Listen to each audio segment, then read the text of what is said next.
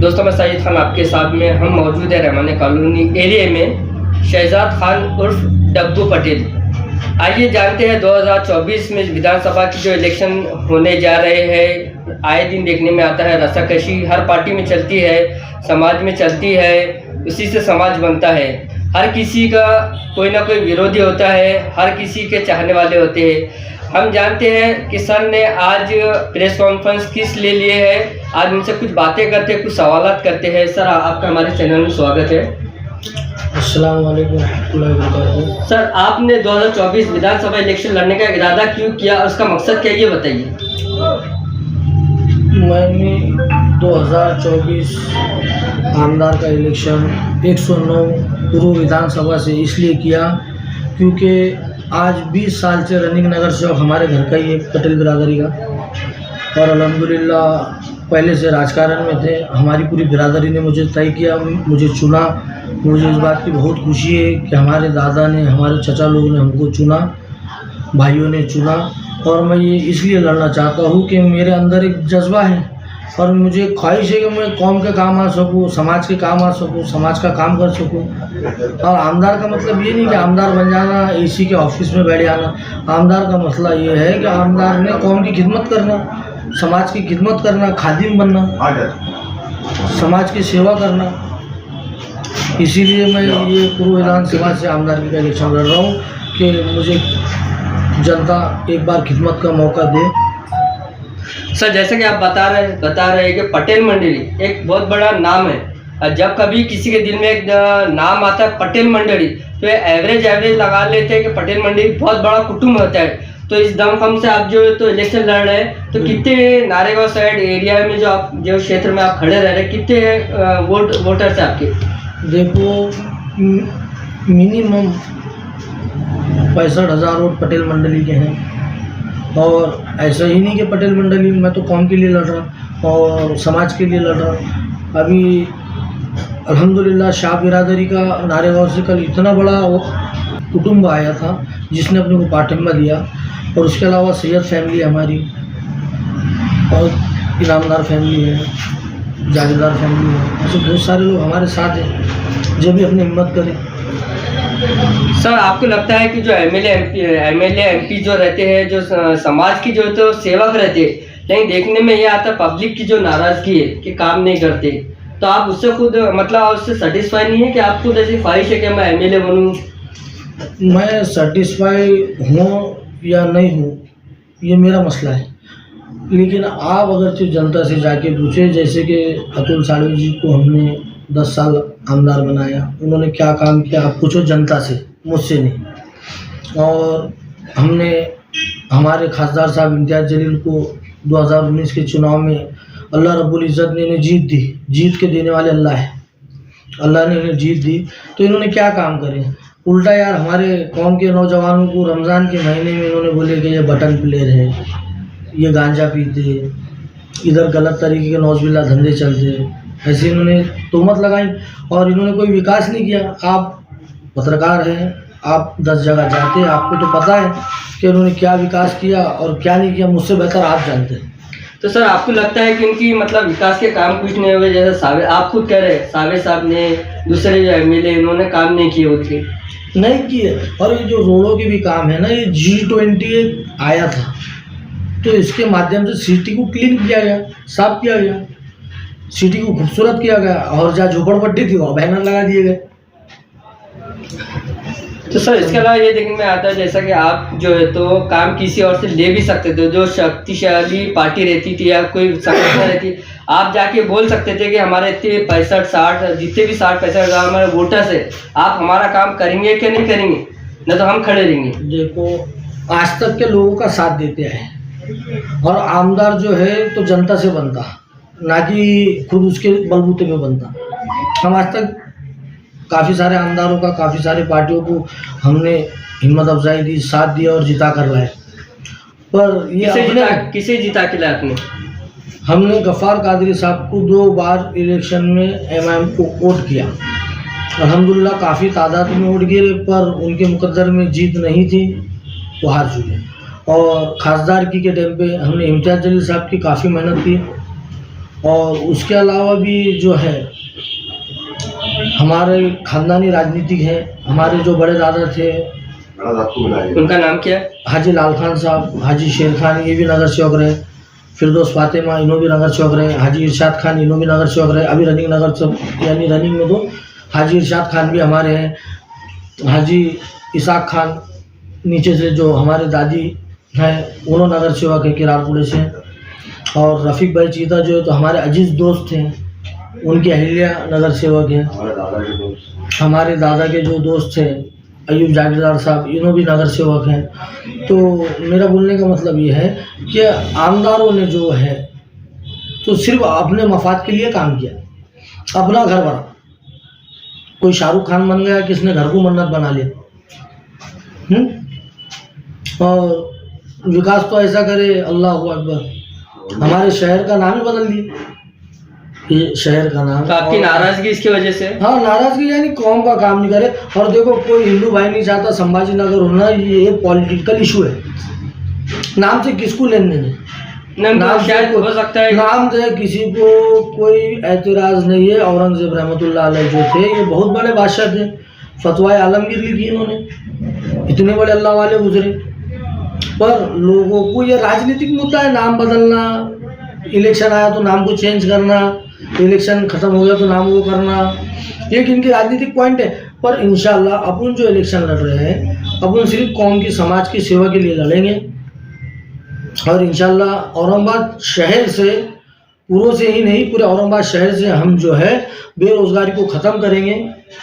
उसके अलावा सड़कें हैं, बहुत सारी प्रॉब्लम है, बहुत सारी। हमारे आज महल्ले के अंदर रात में 2-2 बजे रोशन गेट हो गया, चंपा चौक हो गया, चेलीपुरा हो गया, इधर जो लोग है तो रात में देखो तुम, गरीब औरतें रोड के ऊपर मांग रही है। इन्होंने क्या किया कौम के लिए? इन्होंने किसको ऐसा एकदम पूरा पाठिंबा दिया, मुझे आप बताइए।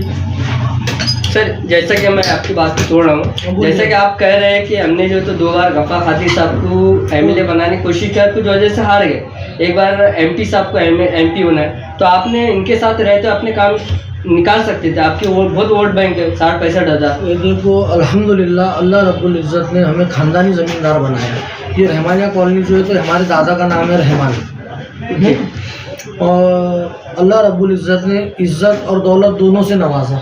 मैं इलेक्शन इज़्ज़त और दौलत के वास्ते नहीं लड़ रहा, मैं सिर्फ एक मेरी दिली ख्वाहिश है कि मैं जनता की सेवा कर सकूं, और हर किसी को मालूम है, और अल्हम्दुलिल्लाह उलमाए दीन में भी सभी को मालूम है, मेरे जो दोस्त अहबाब है, हाफिज़ साहब जैसा कि ये मेरे चाचा, ऐसे सभी लोगों को मालूम है कि मैं क्या कर सकता हूँ और क्या नहीं कर सकता हूँ।